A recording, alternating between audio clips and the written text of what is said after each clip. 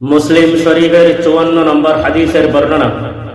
এই হাদিসের মধ্যে আসছে قال رسول الله صلى الله عليه وسلم নবীজি বলেন লা তাদখুলুনাল জান্নাতা হাত্তা তুমিনুন, তোমরা জান্নাতে যেতে পারবে না যতক্ষণ পর্যন্ত তোমরা ঈমানদার না হও।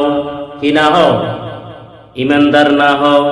ঈমানদার না হয়ে তোমরা জান্নাতে যেতে পারবে না। এই ঈমানদার মানে শিরিক মুক্ত ঈমান। বলেন কি মুক্ত ঈমান? শিরিক মুক্ত ঈমান। ঈমানের সাথে শিরিক মিশ্রিত হবে এমন যেন না হয়।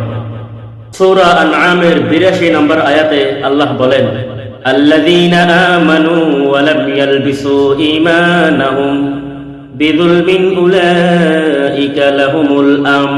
আল্লাহ বলেছেন যারা ঈমান এনেছে, ঈমানের সাথে যারা শিরিক মিশ্রিত করে নাই, উলাইকা লাহুমুল আমন ওয়া হুম মুহতাদুন,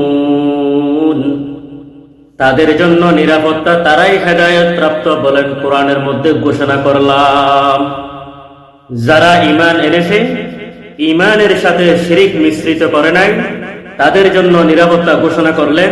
আর আল্লাহ বলেন তাদের হেদায়েত প্রাপ্ত। সুবহানাল্লাহ।